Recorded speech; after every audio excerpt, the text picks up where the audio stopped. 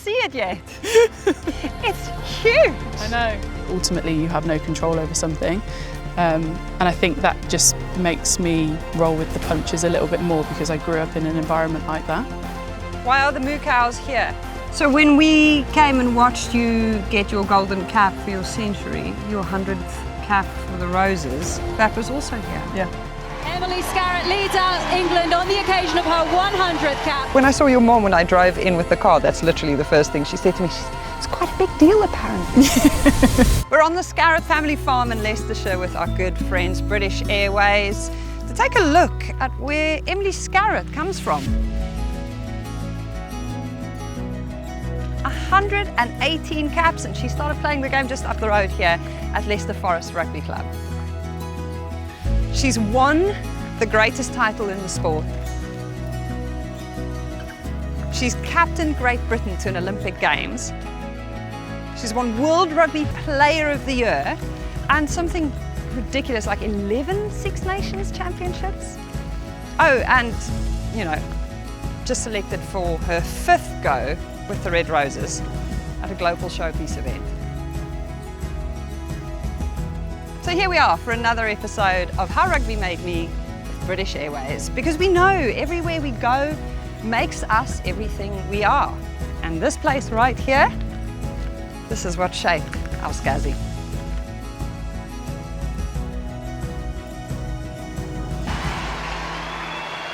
Nice bit of countryside you've got here, Scazzy. It's beautiful, isn't it? Yeah. I mean, the weather's turned on for us today, but yeah, I think when I talk about the farm and like coming back here and stuff, this is why I speak so fondly of it, because it's just, to me, it's like the best place ever. It's gorgeous. You're in your natural habitat. Yeah. And so you grew up here on this farm. Yeah. Your brother still lives here up on the hill in a house. Your granny still lives here. Your folks still live here. Yeah. You're the only one who flew the coop. To be fair, I'm only 10 minutes away. And your dad grew up on this farm as well. Yeah, so Dad's 3rd generation, my brother's 4th. What was that childhood like? Like, your dad was saying you were standing on these hay bales and basically running them downhill with your brother. How old were you when you were doing that? Probably for most of my childhood, as soon as I could either get up on one, or if my brother threw me up on one, as long as I could, run on it. You know, like when people are like, oh, what did you do as a kid? And people are like, oh, I played a lot of sport, or I did art, or whatever. Like, my free time was spent out here somewhere. Stuff like that, I think, makes you realise that you've grown up in a pretty special place, because not many people get the opportunity to do that. When friends would like come over and want to come and play, you know, we used to go around and play around a friend's house, they'd always be like, can we go and do this, do that? And I guess for us it was so normal, but then you realise that actually it probably wasn't. Yeah. And you must get like an incredible core workout running that thing down a hill. When you bail, how do you get off of it? Or if it goes over a wobble, do you go flying? How many injuries did you? Well, none that's super memorable, which I think is good. That's I think impressive. you either learn to be good at it or you get hurt. So I think Joe and I learned to be good at it. But yeah, you have to bail sideways because obviously you're running essentially against it, so if you go over it, it's going to roll over the top of you, and those things are really heavy. Did your mom know that you were doing this? I think we definitely kept some things from Mum. She knew like where we were roughly, and obviously Dad was probably pretty busy most of the time. But yeah, I think there's certain things that she would have told my dad off for letting us do, but that was also part of the joy of being here. I remember growing up, like me and my brother would just play against my dad, and like rugby is not a 3-person sport, but we would play it like it was a full game. So we would like pass to each other, try and beat him, like tackling, like the full works down on the garden, obviously when Dad wasn't as busy, which was like so much fun, like completely not doable really. Like you cannot play rugby with 3 people, but we made it work and it was a lot of fun. You come back here, it's simplicity, it's like the fundamentals of life and living, and honestly I just love it. It's super grounding. So here are some of the not so little moo cows. Why are the moo cows here? They are feeding indoors. We've got some outside, we've got some little ones just over there. When I was growing up we used to calve cows, so we'd get the little ones, we'd like get a bull in. I always used to have a favourite cow, it's called Mr. Brown Cow. I don't know if I've told you about Mr. Brown Cow before. No. I used to have a favourite cow, Mr. Brown Cow. It was obviously a woman. because she gave birth every year, but I hadn't quite connected those dots as a kid. I would always feed her potatoes, so we used to riddle potatoes. We used to grow and riddle potatoes just in that shed there. Riddling means basically you sort them out. Yeah. So you put them over a big machine. And then class them together. Exactly, so you Different class sizes. the ones that you bag up and sell for Yeah. human consumption, and then obviously some of the duffers, the cows would get fed. So I'd always come and feed her them. Special. So, and then when they got let out, she'd come down the end of the field to see me if I was stood at the gate. Come say hi. Yeah. Getting outside a lot and just making it up as you go along instead of being a bit of a housebound city kid. Has that given you an edge over other kids in sport? I don't know whether it's giving you an edge, but I think it's a large part of why I am how I am. I think you always just like get stuck in, muck in, see what happens, that kind of mentality. Also the adventure, I guess, of just having this whole place be your playground. Yeah, exactly. It's so cool, like I light up every time you talk about it. I'd still come back now and if I could do some of the stuff I did as a kid, like running on the round bales, playing in the brook, all of that sort of stuff. It's also work ethic though, because when I stopped, I said to your mom, what a beautiful place this is. And she said, yeah, Mark was on the combine until 11 last night, literally combining around here, around the house. Yeah. I mean, it never stops. You literally do live above the shop.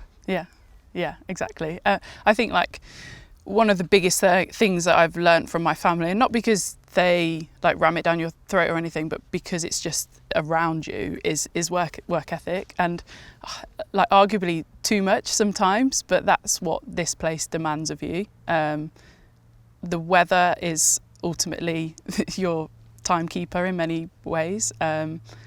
But like when I was growing up, my dad would work, especially during this time of year, like harvest season. I probably wouldn't see him sometimes for days unless I went and physically sat on the tractor or the combine with him in the field, because he'd be up well before I was up and he'd be back, you know, well after I was in bed. So it's a really, really tough life. Yeah, I genuinely think that's part of the reason why I am, is because like you work so hard for something. Let's put it in a farm context. You work so hard for something, you put all your effort into planting something, into nurturing it, watering it, whatever it might be, and then Mother Nature decides you're going to have a month of dryness and you could kill it, or you're going to have a month of rain and wash everything out. And actually, you don't have control over any of that. You can care about it so much, you can put so much into it, but ultimately you have no control over something. And I think that just makes me roll with the punches a little bit more, because I grew up in an environment like that. In the best possible way, it was a really simple childhood and I wouldn't change it for the world, but that's why I am useless on social media. My phone is 10 years old, like all that sort of stuff, because it's never something that's been important. Like this sort of stuff is important. What's happening in these pictures? These are some rugby ones. I'm so tickled by the bob. I know. Emily Scarratt. I actually learned literally the other day that the bob was because apparently I refused to tie my hair up as a youngster, but I obviously love playing sport, so Mum basically just stood her ground and was like, well, if you refuse to tie it up, I'm cutting it short, because otherwise I don't want to have to manage that. So that's why I've got a bob for about 10 years, I think. Love that your dad and your brother are working up a storm. We're just sitting here catching the I know, this is what normally happens. I do have a sense of guilt, but as I said earlier, I'm pretty unskilled. So the bob's getting a little longer here. Oh yes, there it's on the collar. It's in action. It's moving bob. I love this kit, by the way. These rugby shirts, you can see they're so heavy. Yeah, they are. Like proper thick knit. Winter sport shirts. Yes. Boy, look at the size of you. They literally look like your kid brothers. But girls mature quicker, don't they? Yeah. So I was the size of 12. Yeah. I just kept growing, unfortunately. You were the size of 12, Yeah. and then you became this as an adult. Yeah. These are just some when we got to play at Welford Road. Oh! Yeah. Why did you get to play at Welford Road? So it was because obviously it was our local Premiership club. There were some kind of festivals or invites to play either at half-time or before a game. I think this was before a game, so we played before a game, before them. Then we went and sat in the stands and watched the Tigers game. So when we came and watched you get your golden cap for your century, your 100th cap for the Roses, that was also here. Yeah. Emily Scarratt leads out England on the occasion of her 100th cap. A World Cup winner, a former World Player of the Year, And it all started at just 5 years of age down the road at Leicester Forest Rugby Club. Yeah, I know. Proper full circle. How sweet is that? And what was school-going Scazzy like primary school Scazzy, like outside of smashing every sport there is and constantly being out playing with a ball? I think primary school, it was just that, I think, like charging around like a headless chicken, doing everything you possibly could. I was the one in the playground kicking a ball around with the boys while the girls were making daisy chains or whatever on the field, whatever girls do at that age. Like that was what I loved doing. The poor boys, I just like, they must have been humbled like so consistently by Scazzy just kicking a ball around. I think we went through a phase of that kind of a bit like, ooh, and then they're like, okay, and then they're like, oh. You know, it was kind of like yeah, it was challenging. I think there was definitely a period at school where we called it core PE. You're just a group of people of all abilities, of all mixes, of all everything, where you would have to do, I think it was 2 or 3 lessons a week. And I did find those quite challenging because I think for boys growing up, if you're good at sport, it's like kind of badge of honour. It's like, oh. For girls, it felt like it was something to be dragged down for, which I don't really understand. Like, I don't understand why you'd ever drag someone for being good at anything. But that was more challenging, I think, because you kind of got to the point, just in those lessons, not the other bits, but where essentially I probably wouldn't try as hard because I couldn't be bothered with someone telling me I was showing off again when I wasn't showing off, I was just doing what I was capable of. How good are you at intentionally underperforming at sports? I'm obviously really competitive, but I'm not over the top competitive, so I can pull that back and I can, you know, essentially just bob around for a bit. I didn't enjoy it because it felt like a waste of energy, kind of not trying. But aside from that, like my teachers and obviously like my group of friends and the people I was involved with at sport were amazing. So 5-year-old Scazzy goes along just to watch her older brother at rugby training at, was it Leicester Forest Rugby Club? Yeah. It's cold and the coach says, oh, Emily, do you want to run around on the pitch as well? And you go, yeah. What was it that you enjoyed about that experience at a rugby club at that age when it's not even really made for you? No, probably, to be honest, just the carnage. You know, I was predominantly the only girl. I tried to drag a couple of my friends along here and there. They came for a bit and then decided that it probably wasn't for them, which is fair enough. I tried my best. But yeah, I had a really good group of boys that most of them I was also at school with. So, you know, they understood what I was about. I didn't have to try and explain, yes, I'm a girl, and yes, I'm playing rugby, and yes, you can pass me the ball, and yes, I probably won't drop it, like all of that sort of stuff. It was a really good group. One of my good friends at the time, a boy called Ben, we were like the 9 and 10 as growing up. So like I was the 9, he was the 10. Then I kept growing, and bless him, he didn't grow quite as quickly. So then we switched. We were like, I think you'd be better as a 9 and I'll be the 10. So we switched positions. So this was Ben I was talking about earlier. Oh, Ben. Yeah. The scrum half. Scrum half Ben, yeah. And you had to play fly half because look Yeah. at you. How old are you? I wouldn't know. Maybe, well, less than 12. That could have even been the last presentation. 10, 11. Yeah. Yeah. 11, 12. And just like friendships like that, he still lives locally now, bump into him every now and again. So just stuff like that, like you'll never forget.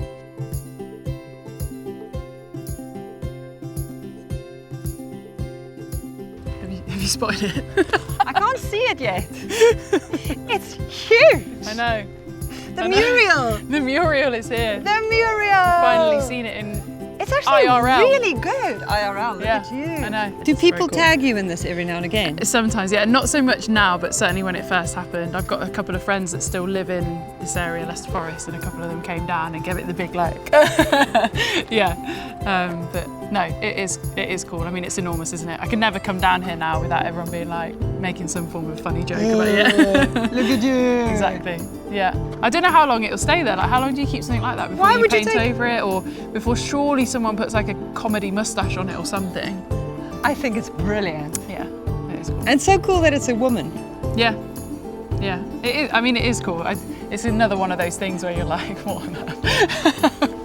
But yeah, obviously it means something because this is where it all started, which I think is obviously the point. And it's cool, like you say, that young girls come down here and they're looking at essentially the biggest thing this place has, and it's a female representing the sport that they're playing, which is definitely very cool. Yeah, even if you've never watched women's rugby on the TV, just the fact that there is something of this scale here must mean something to the little Scazzies running around. Yeah, I hope so.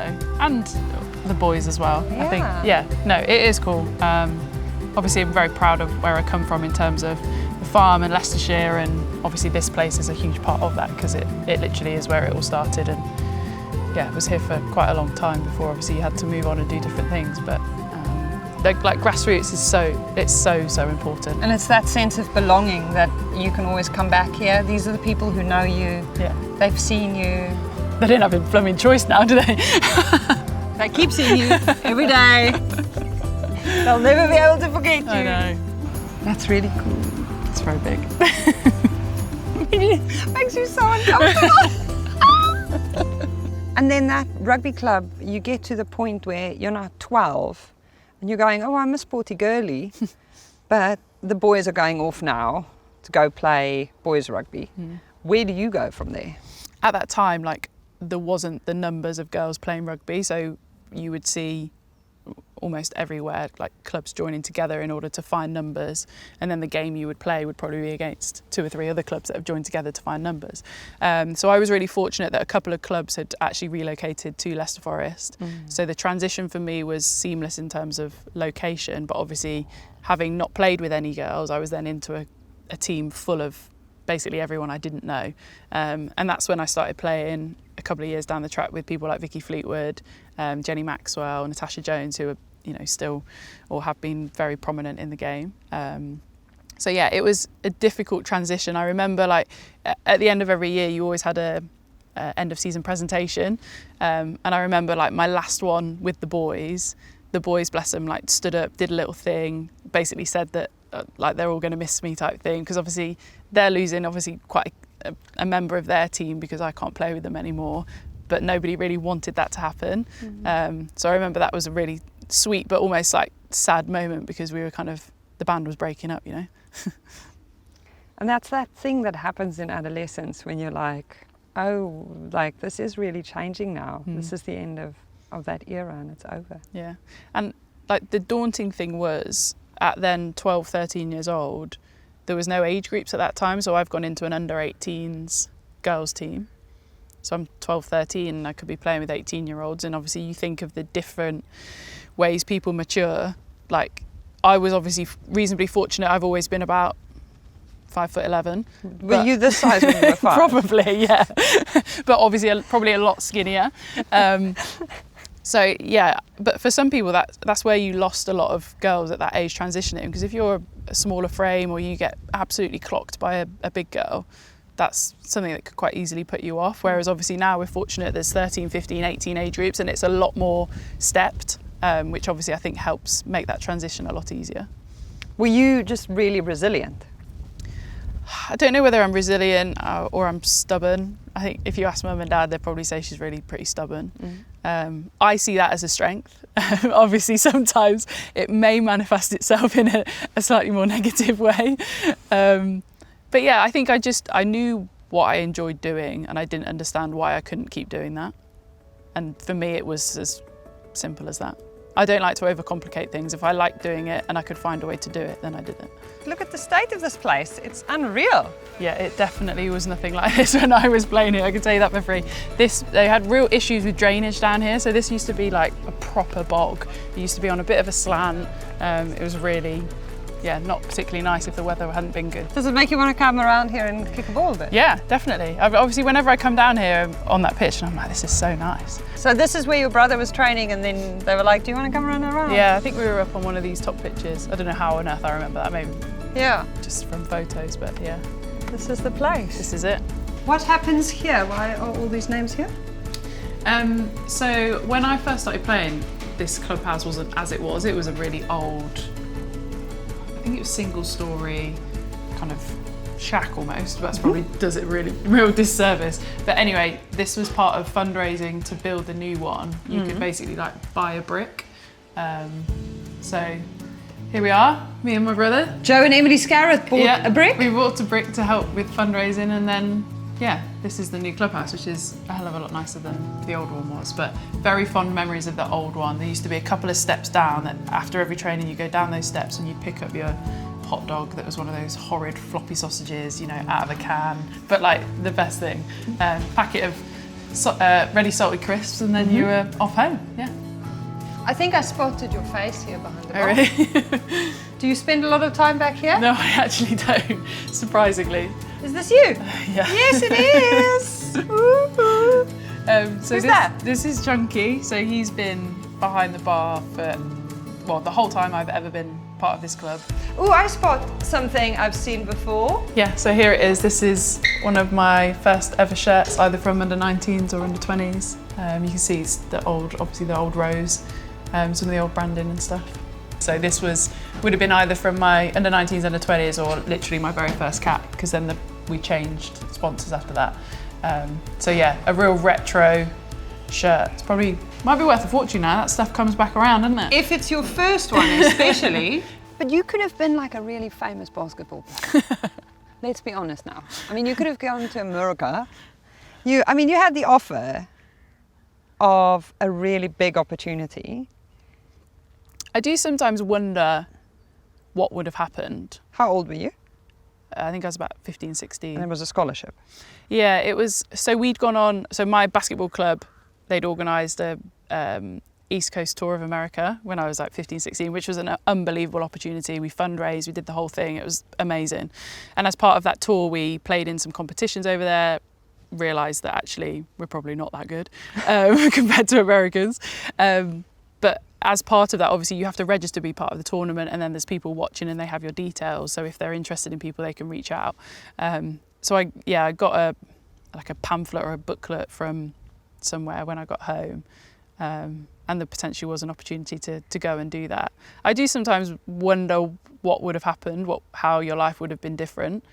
I genuinely don't think I ever would have made it as a basketball player. I think you watch some of the WNBA stuff and even lower levels, like their skill level is insane. But even just being in America for a year trying it or something, it would have, my whole life would have taken a completely different path. It would have been interesting to see, but I'm pretty happy with the decision I made. Oh, so there's that parallel life that didn't happen. Imagine me as a cool American basketballer. You can't, exactly. There was such a weird thing there that I just cannot imagine you shooting hoops. Which is why I think I made the decision I made. It just is so hard to put together. Is there a version of Scazzy post-rugby that's going to be shooting hoops a lot more? Oh, I don't know if shooting hoops, I don't know if the knees will handle basketball is a pretty intense sport. Unless it's when they do a walking football, if they did a walking basketball maybe. But no, I think maybe a bit of golf, a bit of netball, something like that. A bit steadier, tennis. I think it's so wild when the fanfare of this event here in England in 2025 rears up on the horizon. To just take a moment for the fact that there was a point not too long ago when we were having real conversations about your rugby career being over. And that neck operation that you had to have was so much more serious than I think most people realized. You were just not playing for a while, and in the very quiet, unassuming Emily Scarratt way, did a slow blink whenever anyone asked what's going on with it. So you had a bulging disc in between your C5 and C6 vertebrae. Yeah. What does that mean to a 5-year-old? Explain it. It's basically, obviously, you've got your vertebrae, which are your bits of bone, and then in between each one, you've got a disc. And it's essentially almost like a water balloon, I guess. And what happened to mine was it got squashed on one end and then came bulged on the other. Unfortunately, mine, obviously, it can then bulge in different directions. Mine, unfortunately, went towards my spinal cord, which obviously then is a bit more of an issue. To say the least. Yeah, that basically meant with it as it was, I wasn't able to play contact sport. There was surgical options. I was always pretty adamant I didn't want a surgical option. for me, it just felt so different to having surgery on an ankle, a shoulder or whatever. Obviously the risks attached to having neck surgery and the potential ramifications of something going wrong are far more serious. And I guess it felt like quite a selfish decision, because ultimately if the worst did happen, it wasn't me that was going to have to deal with that. So that's why I wasn't that keen on surgery for a long time. And there's a big chance I probably overthought that as well, but that was how I felt, and I'm allowed to have my feelings on it. But yeah, then I obviously got second opinions along the way. And because there was no change, I just asked the surgeon one day, I said, so if I retired today, and I want to play netball next week, or I want to, play with my niece and she's getting bigger and she starts charging at me and wants me to throw her around and all this sort of stuff. I was like, what happens if I got, clocked in the head and my neck kind of moved in a direction? And his answer was, we don't know. And then that just completely shifted the whole outlook on it.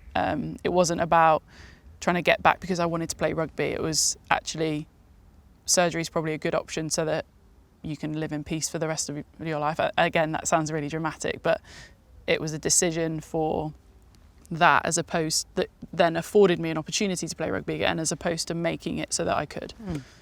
Quality of life. Yeah, exactly. Seeing the scale of it now, seeing the amount of investment, the mobilisation, the way in which it's, the national broadcaster, and there's all of this hype around it, and there's Mo hanging out with the Spice Girl. Did you hear about that? I mean, for someone who didn't even watch Harry Potter and grew up here in the countryside, the preposterous levels to which rugby is going into the stratosphere, and the investment of brands like British Airways stepping in saying this is a bandwagon we want to be on. How do you reflect on it? It's so hard to, if I take myself back to 2008 when I first got capped, or 2010 in the first big competition, and you skip straight to now, it's kind of ridiculous.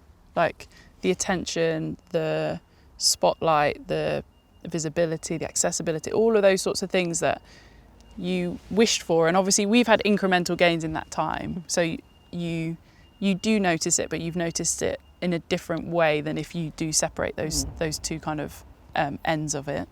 And it's honestly amazing. Brands now want to get involved. They don't feel like they should, which I think we had for a period of time. Yeah. They want to get involved because we have phenomenal characters, we have brilliant personalities, hopefully the product that we're producing is awesome, and it's a genuine interest to be involved. Honestly, I cannot quantify the difference and how important it is. And I guess in a way it's exciting and a little bit scary to see how much further we can still go as well.